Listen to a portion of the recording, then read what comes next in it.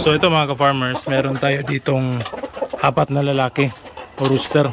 So meron tayong 3 black Australorp at merong isang white leghorn. So meron tayong 7 babae. Ito mga white leghorn yan.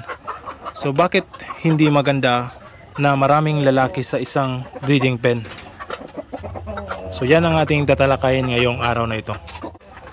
Isang dahilan mga ka-farmers kung bakit hindi maganda na isama yung maraming lalaki dito sa isang breeding pen ay yung palagi silang nag-aaway. So itong mga manok na ito, natural lang sa kanila na territorial kasi itong mga manok na ito.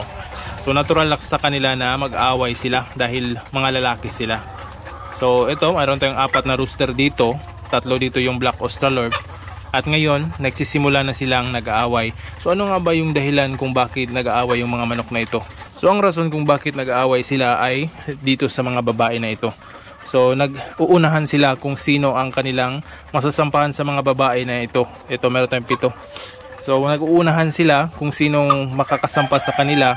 Kaya kung mayroon silang nakikita na sumasampa sa babae, kanila yung nilalapitan at inaaway.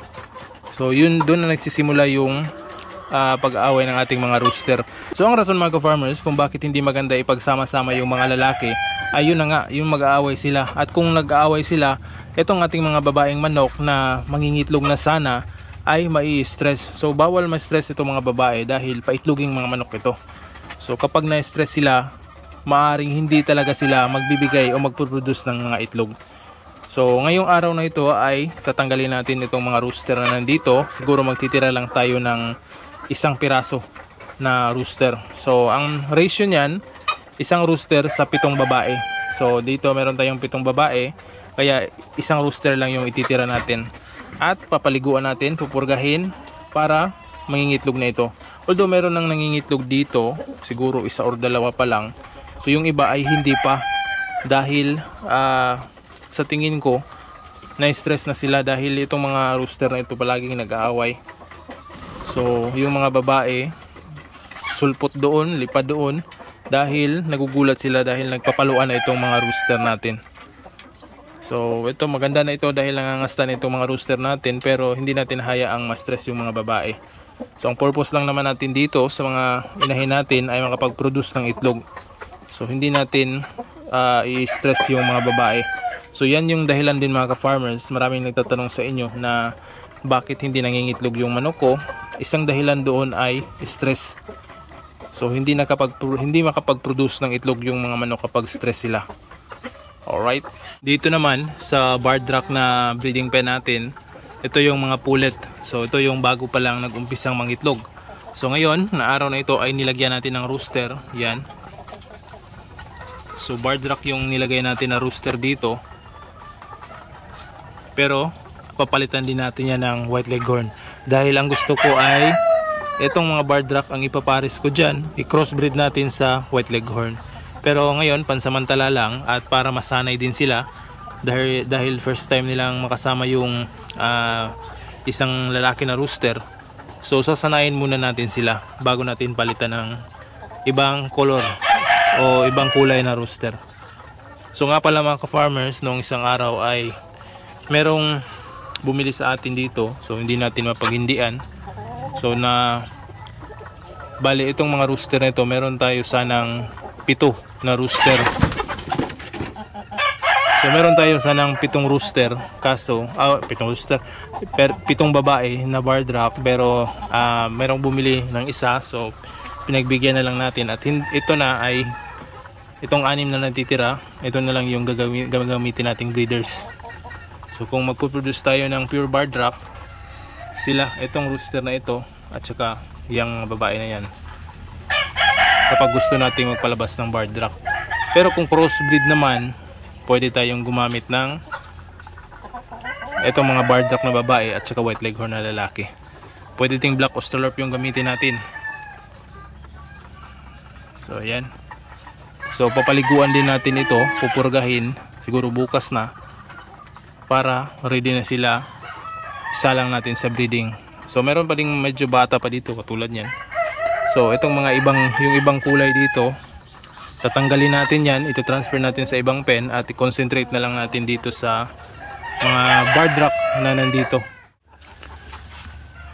So ito na po yung rooster mga ka-farmers na nanggaling doon sa breeding pen. So pinalabas ko na ito dahil wala na. Stress na yung mga babae doon. So ito, walang kibo sila, hindi nag-aaway. So ang rason yan kung bakit hindi sila nag-aaway dahil wala silang babae na kanilang hahabulin. Kaya wala silang magawa dyan kundi mananatili. So dyan silang tatlo. Siguro bukas pag okay na yung panahon ay papaliguan natin ito. Tapos pupurgahin. Magaganda naman yung pangangatawan nila. So yung iba dito gagamitin nating broodcock o breeders. So itong mga manok na ito ay gagamitin nating breeders. Ito yung rooster na gagamitin natin pang pakasta doon sa mga babae natin na mga manok. So dahil maganda sila, maganda, walang hindi dumaan ng sakit. So healthy sila yan, no? Malalaking manok. Especially ito. Magaganda yung kulay nila. So itim na itim talaga mga ka-farmers. So for sure itong isa na ito ay ito yung gagawin kong rooster o breeder na rooster. So yung dalawa pipilian pa natin kung saan yung mas maganda. So yan, oh.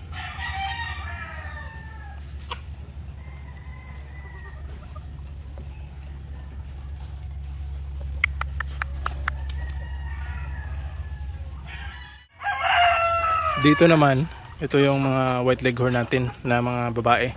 So mapapansin nyo, puro na puti ang nandito. Wala nang itim. Tinanggalan natin yung lahat na rooster na itim dito.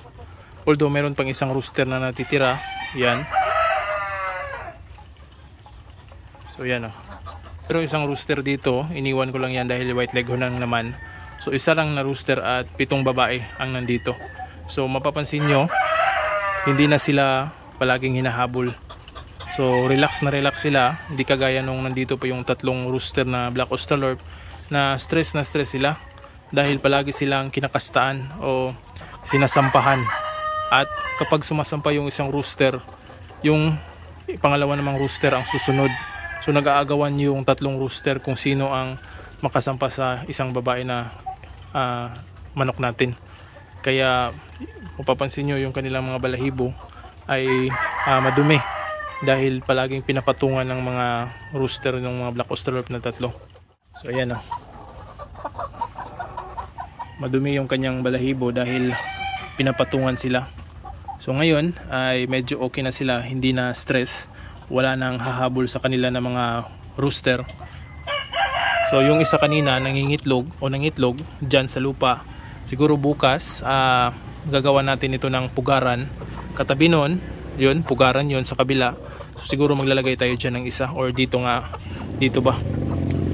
So yan, no.